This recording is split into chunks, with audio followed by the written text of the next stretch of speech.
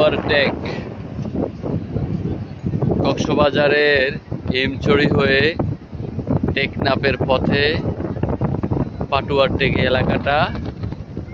এটা নাকি ঘোরার জন্য একটা সুন্দর পরিবেশ, অনেক রোদ। তারপরও আমরা পাথরগুলো দেখে একটু নামলাম। সমুদ্র তো সকাল থেকেই দেখতেছি, এখন আর সমুদ্র দেখে মন ভরে না। দেখি পাথর দেখে যদি মন ভরে, কয়েকটা ছবি নিব, ভিডিও করব। তারপর আমরা চলে যাব টিপছড়ি পাহাড় দর্শন করে আমরা চলে যাব আবার আমাদের সেই কাঙ্ক্ষিত বিচে, হোটেলে।